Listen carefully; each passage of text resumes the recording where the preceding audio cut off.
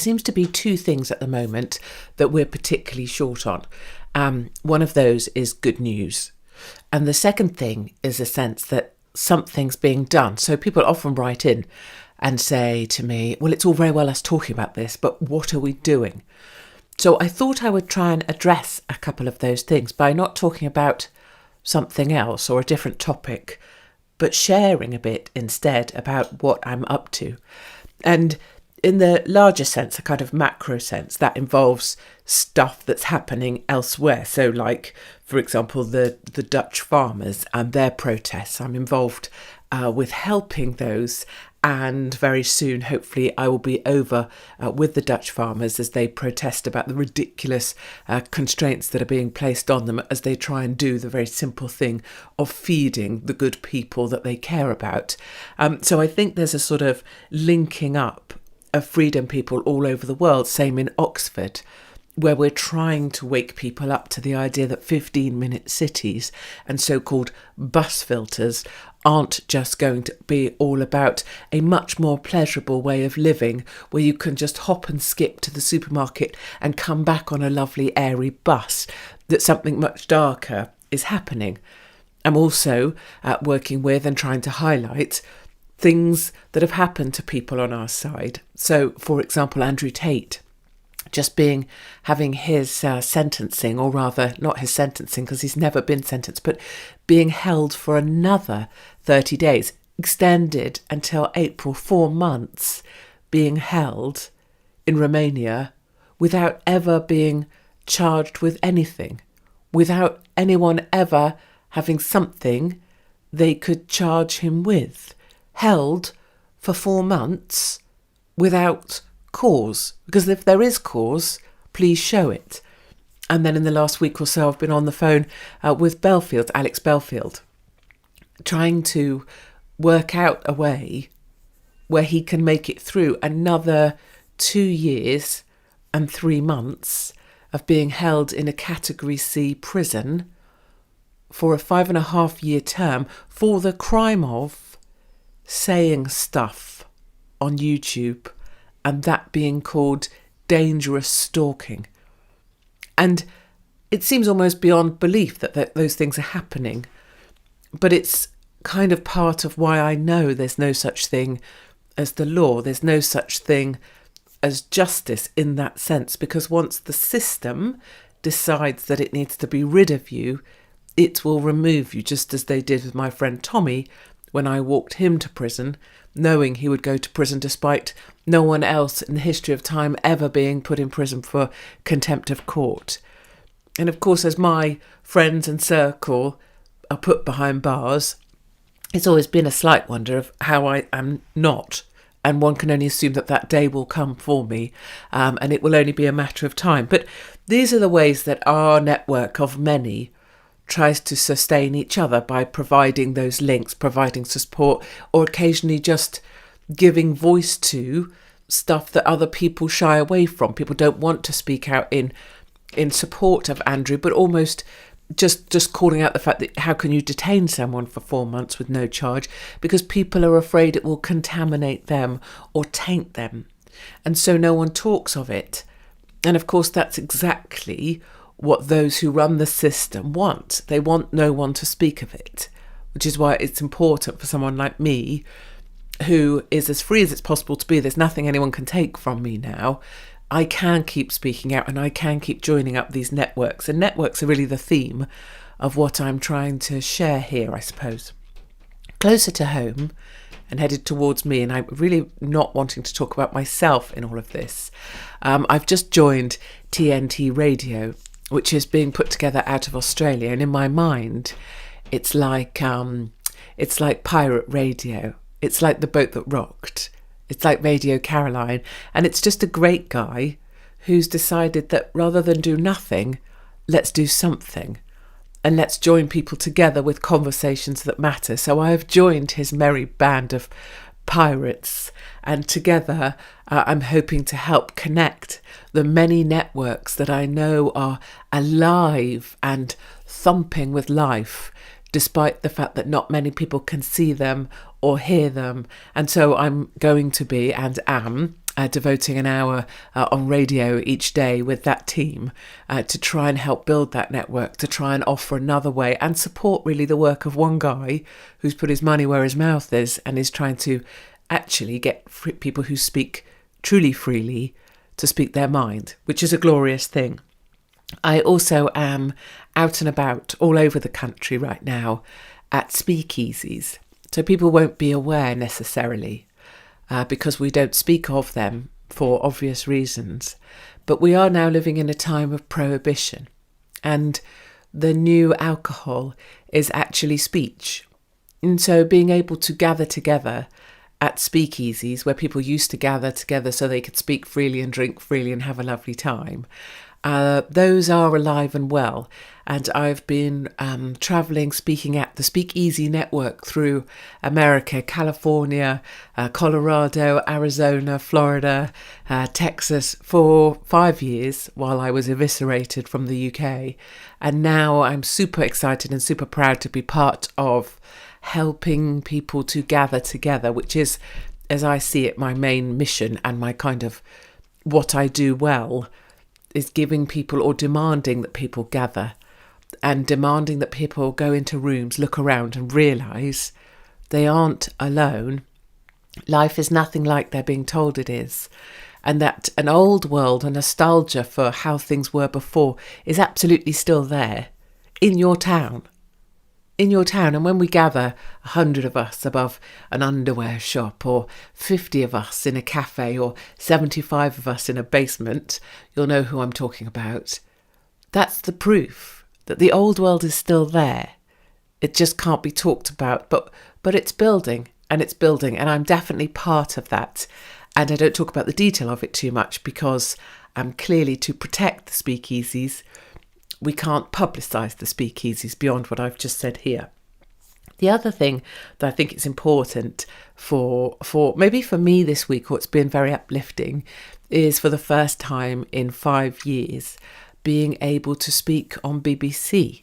It was BBC Radio, a small station, BBC Radio Solent, and I was being allowed on under strict supervision, no doubt.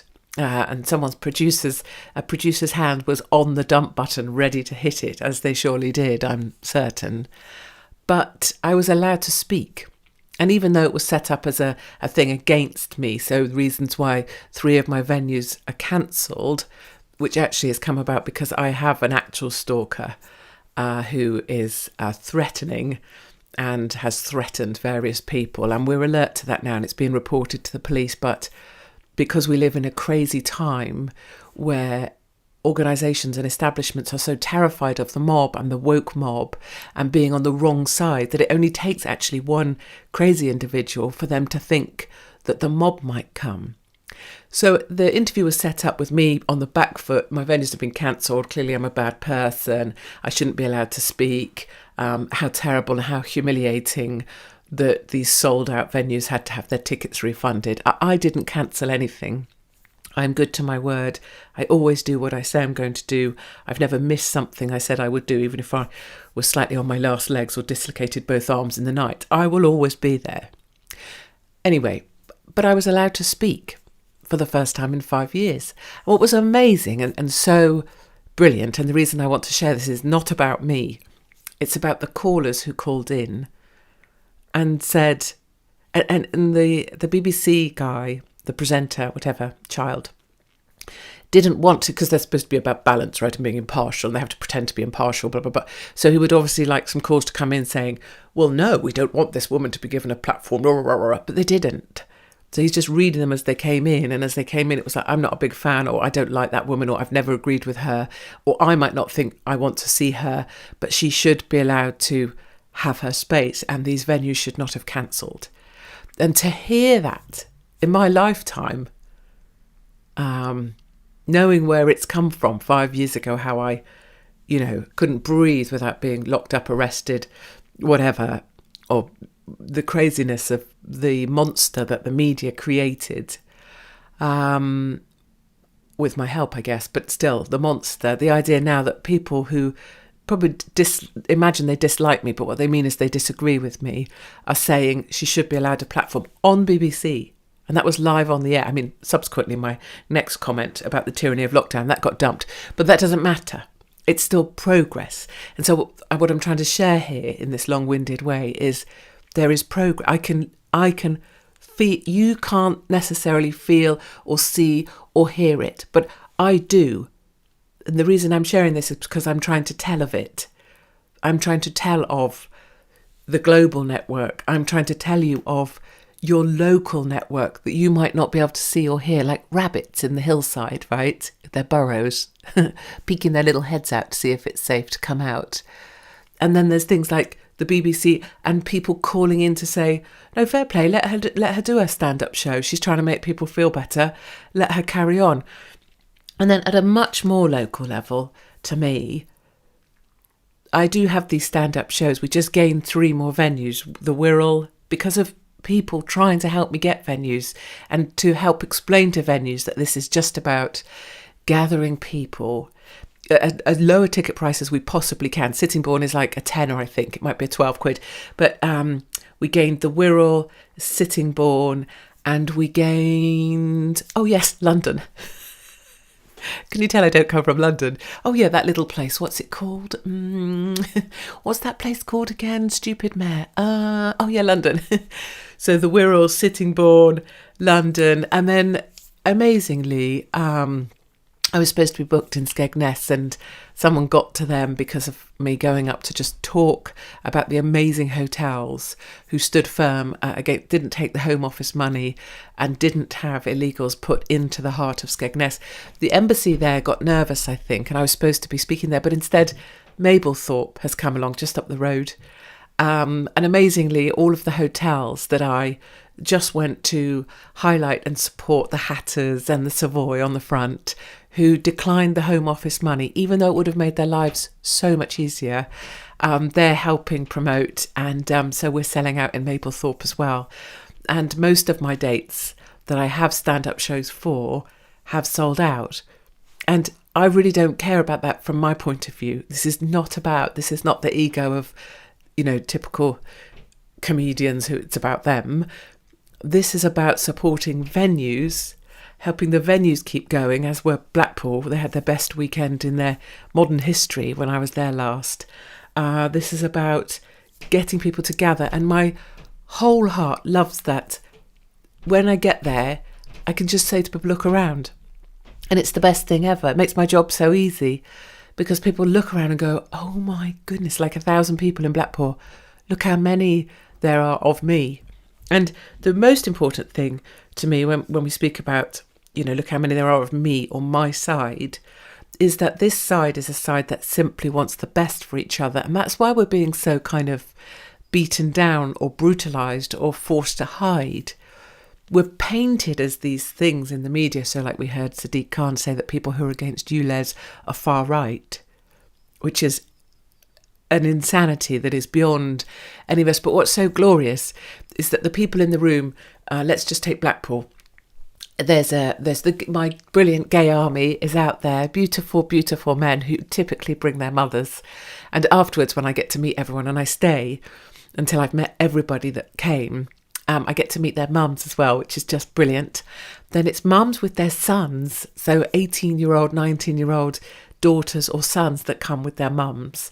And that to me is just joy, because young people get given such a hard time for being morons or woke idiots or university young people. I know so different.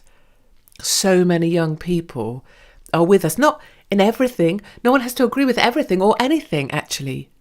But there is a huge audience of 18, 19-year-olds upwards out there. Same reason that my old LBC show, we had a bigger youth audience than Heart and Capital, and they were really cross about it because I'm just this old lady banging on a Sunday for 2 hours about politics. But it's young people who are also with us, people of all races, all religions, huge black guys who come along and just come up and give me a massive cuddle, which secretly is just like massively exciting. And so it doesn't matter where you come from, what your religion is, what you believe, what your sex, nothing matters. The thing we're all unified by is the idea that we just want everyone to be okay. And it's an amazing thing. And when people leave, it's like It's like a family wedding, but better. Because at weddings you have to meet boring people that you can't stand. This is a group of people who are all the same as you. They just want you to be all right. And if you fell over, they'd pick you up. Or if you lost something, they'd make sure you got it given back to you safe. And that's what we're building. So I wanted you to know that that's what I'm doing. And I wanted you to know that that's what I'm doing because I want you to know that it's good news. That I have the privilege of seeing things many of you might not, and I'm not saying you don't see, but maybe you don't get to see or hear about, or you can't feel them going along. But I can promise you faithfully that there is this huge spider's web out there in a non-scary way. I hate spiders. Like a web spun from sparkly glitter silver threads. And they're the strongest threads. And every time one of the little spiders, but friendly spiders on a network, twangs the silky threads, the rest of us hear it. And I'm trying to put you onto the web with me so that you can feel that as you walk around this country of ours, a network of speakeasies is out there. And that network extends directly to my great friends from the road across America and across South Africa, the white farmers of South Africa who will die in their boots for the love of their land, and the great Australians who I work with now and who are always so supportive, even as my little tush was being kicked out of the country for speaking my mind. So that's what I wanted to share with you. I hope you find it helpful.